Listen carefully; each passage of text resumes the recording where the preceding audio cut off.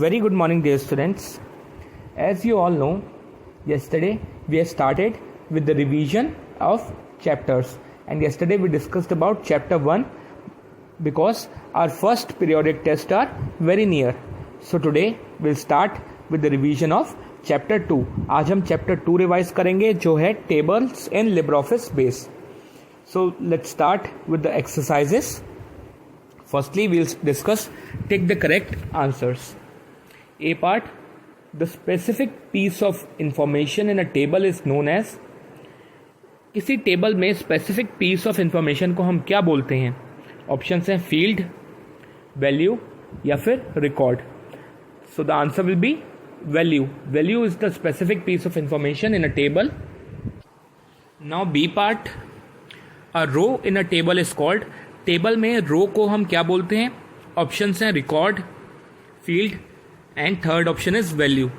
So answer will be record because a row in a table is called record.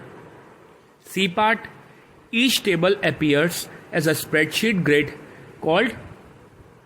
Her table जो spreadsheet grid की तरह appear होता है उसे हम क्या बोलते हैं?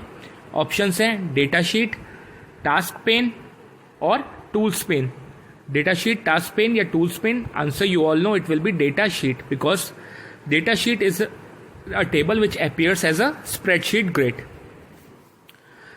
D part, dash is the default field type that accept letters, numbers, punctuations and mostly other characters.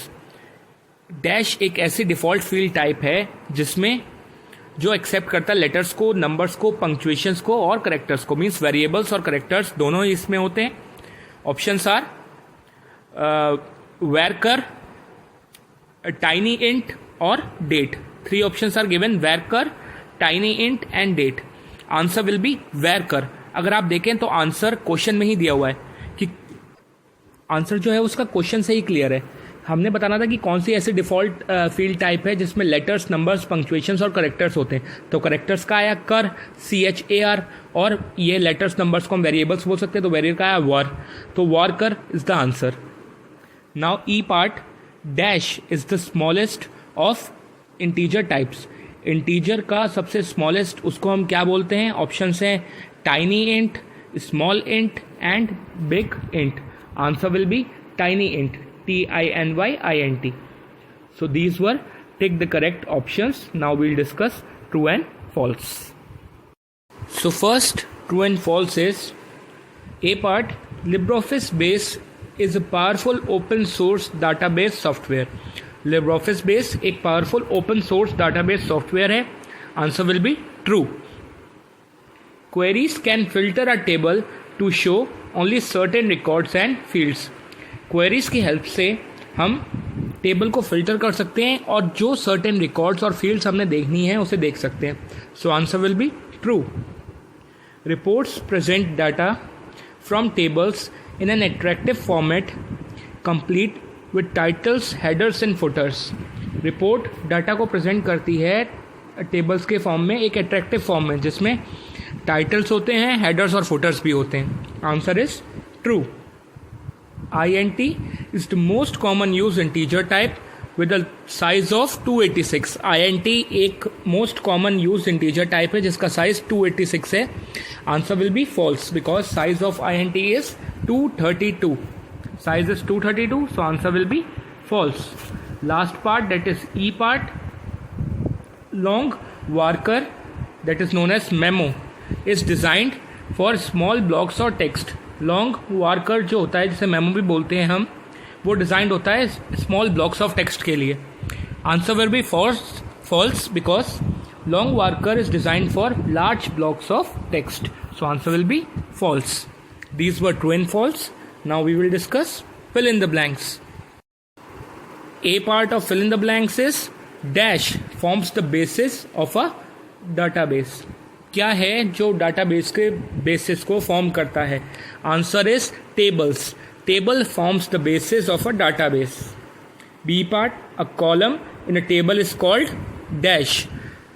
Column, table के column को हम क्या बोलते हैं? We call it field.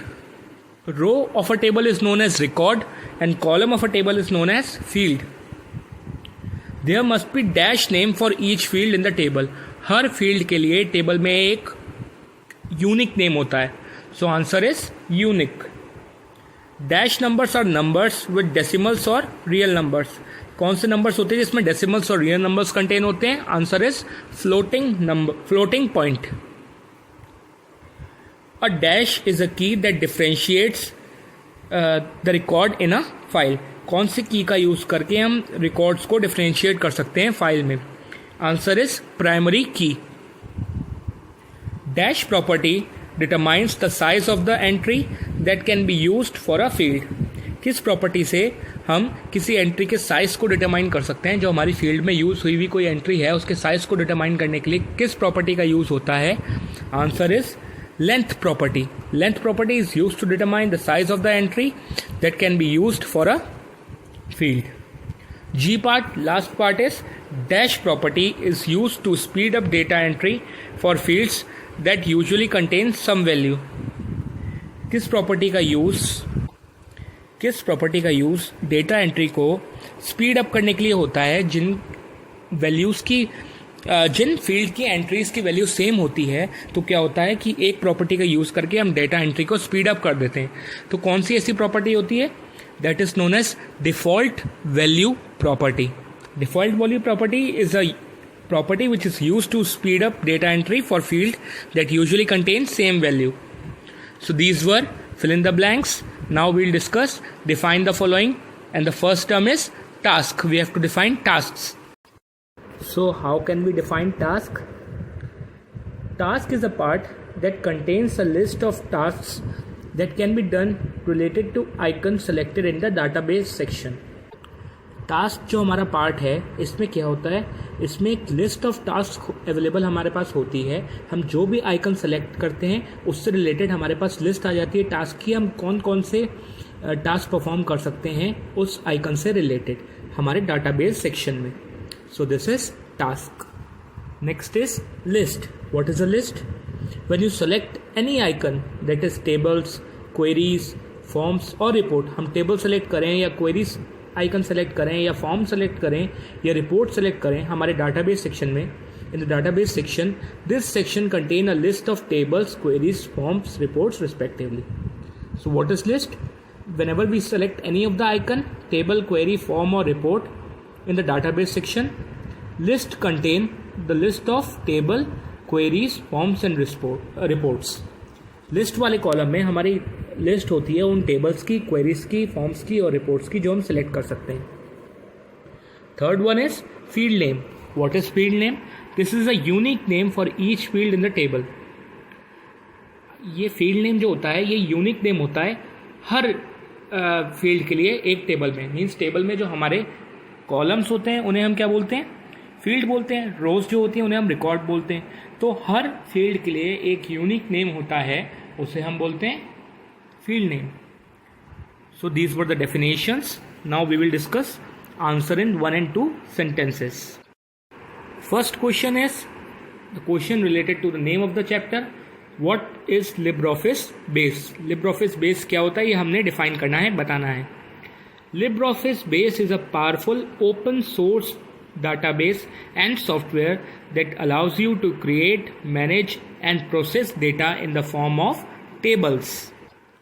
So what is LibreOffice Base? LibreOffice Base is a powerful open source database. LibreOffice Base हमारा powerful open source database है. Open source क्या होता है?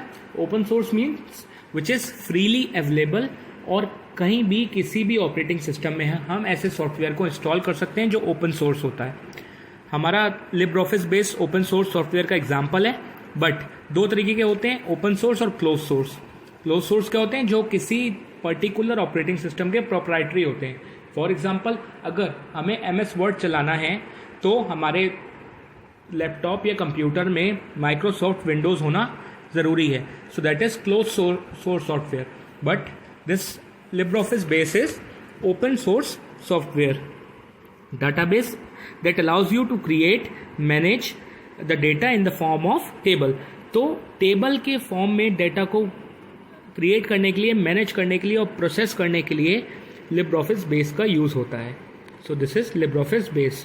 Second question, define DBMS. What is the need of DBMS. हमें define करना है DBMS क्या होता है और उसकी नीड क्या है.